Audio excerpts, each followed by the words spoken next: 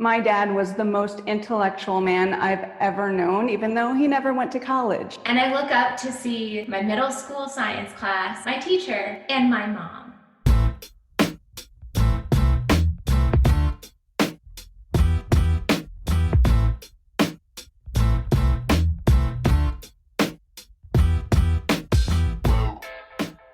Hey there and welcome to Grit, True Stories That Matter.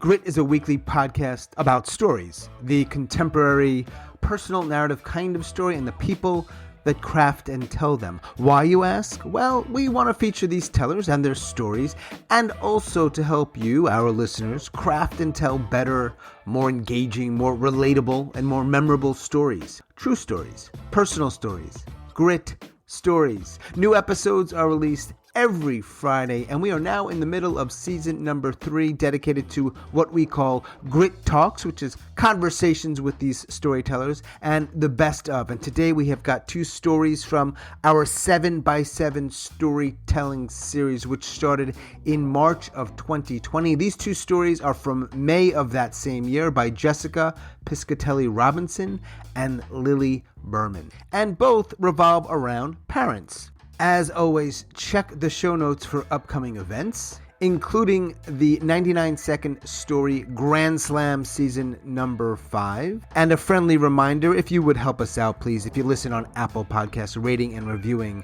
really helps. It helps people find the podcast. So thanks for that. I hope to see you at our Sunday events and really appreciate your support. All right, Jessica and Lily, let's dive in.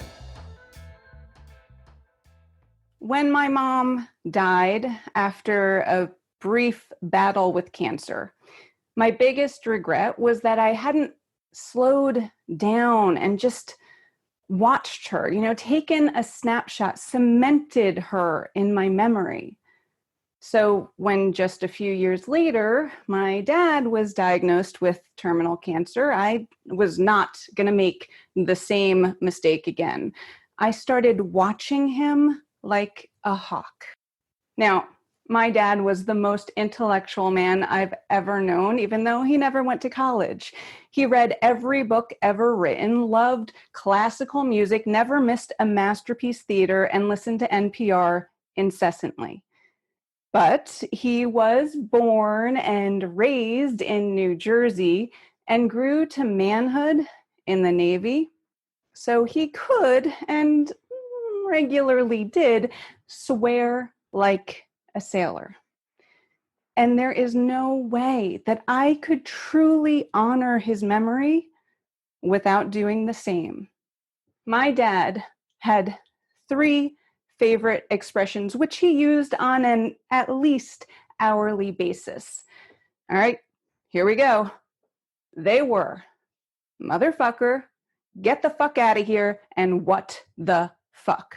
And each of his favorite expressions had the sort of generic definition, the one that we all know.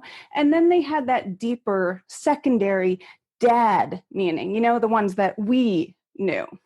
For example, motherfucker, or as my dad would say, motherfucker, was, in the generic sense, well, it's basically describes something you would do that I might think is inappropriate with a family member. But the way my dad used it was as an expression of deep mental and physical anguish, like if he stubbed his toe or filled in the wrong column in the New York Times crossword puzzle in pen, of course. I mean, what else could you say if not motherfucker? Then there was get the fuck out of here. Or as my dad would put it, get the fuck out of here. That was, of course, his way of saying, would you please step aside, kind sir, you are in my way. But on the deeper dad level, get the fuck out of here was his way of saying something you were trying to do or give him was completely unacceptable. Like if you tried to give him runny eggs or overcooked pasta or ketchup for his steak. I mean, come on, get the fuck out of here. And then there was the creme de la creme, the pièce de résistance, my dad's most favorite expression. What the fuck?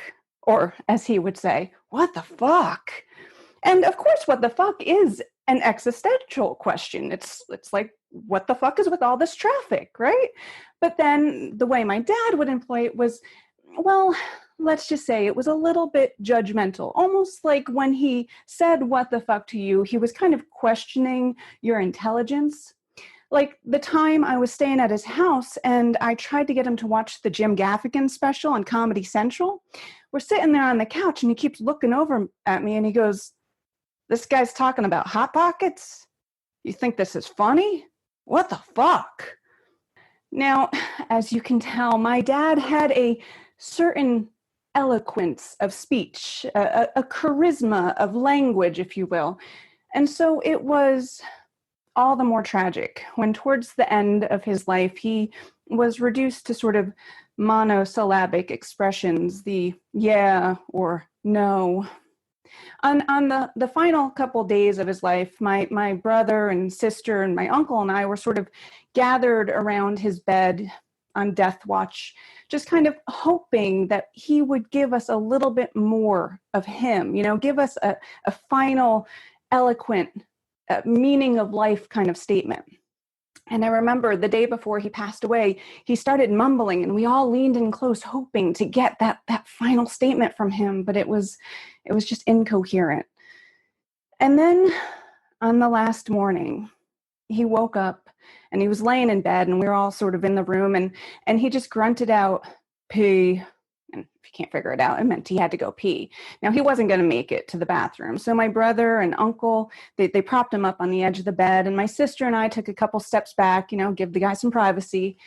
But my dad just sat there. He didn't lift his head. He didn't open his eyes. And he didn't pee. So my brother said, "Dad, you got to pee?" No response. My uncle said, "Dave, you got to take a whiz?" Nothing. Now, my sister, she had little kids at the time, and she was always trying to be a mom, So trying to be helpful, she leaned in and she said, "Dad, you got to make pee-pee." In that moment, my dad rallied. He lifted his head, opened his eyes, looked directly at my sister and said, "What the fuck?" And then he peed. Now, he died later that day without uttering another word. I, for one, am grateful that I will forever have the perfect snapshot of my dad. And for my dad's sake, I'm pretty sure that he could not be prouder of himself for leaving us with, what the fuck?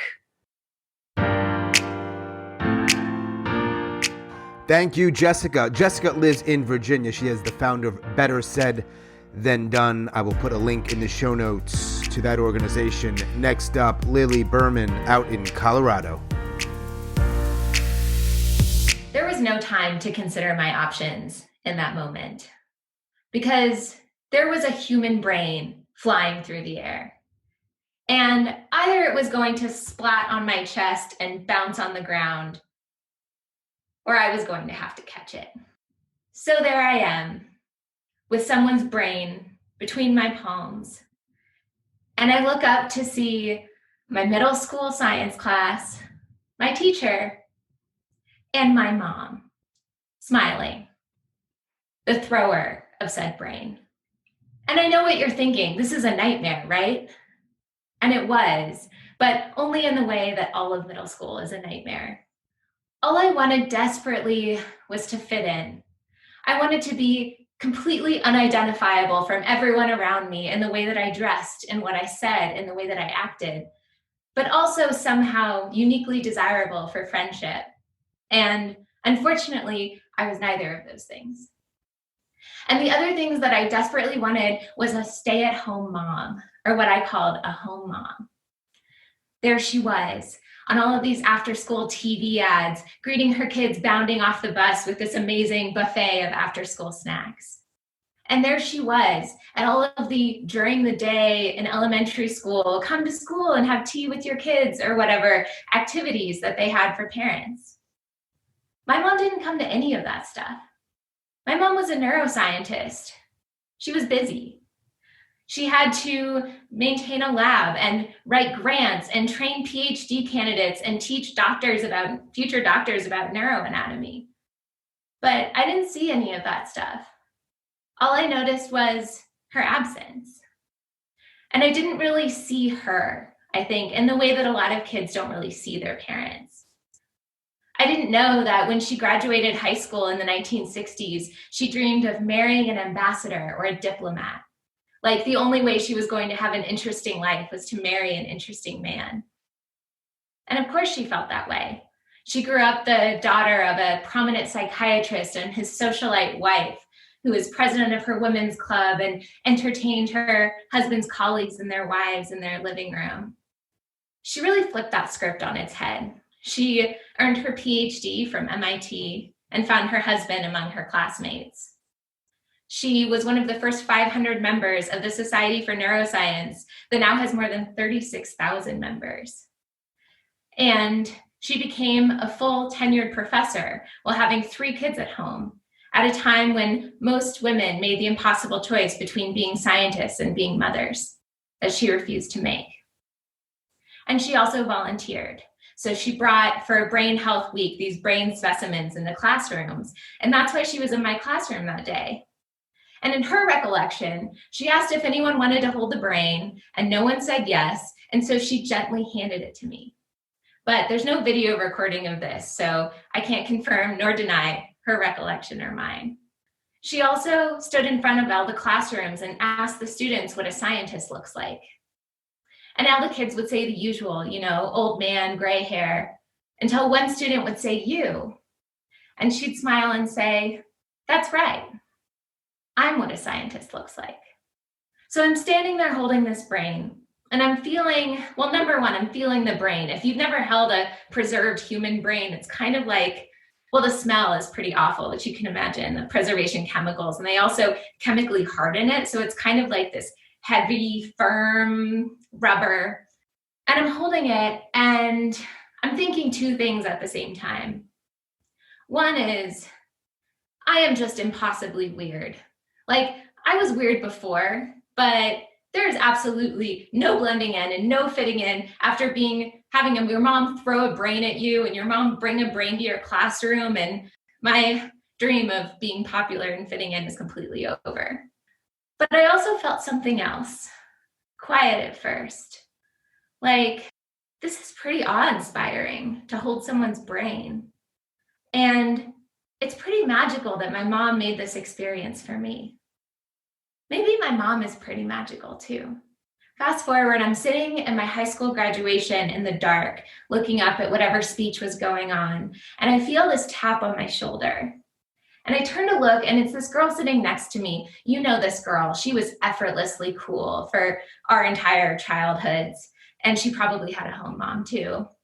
And I look over wondering what she wants, and I see her eyes are wide, and she has this reverent tone, like as she asks, "Your mom was the brain lady, wasn't she?"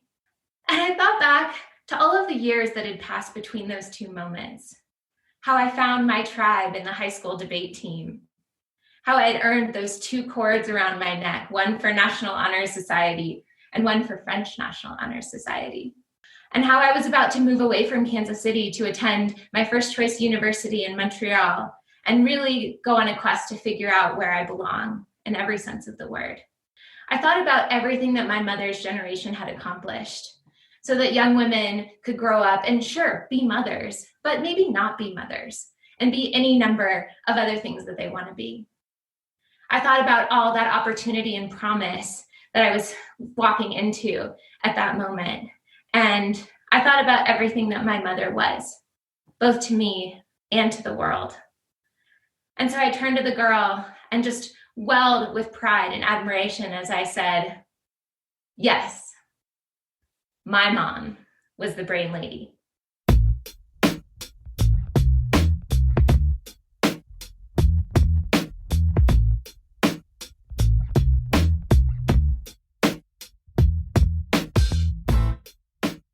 As always, thanks so much for listening and all of your support. And special thanks to Jessica Piscitelli-Robinson and Lily Berman. Thanks so much for your stories. If you'd like to help us out, well, keep doing what you're doing. Listen to the podcast. Let folks know about it. You can share it on social media. And if you listen on Apple, rating and reviewing the podcast helps a lot. It helps people find it. Thanks so much for that.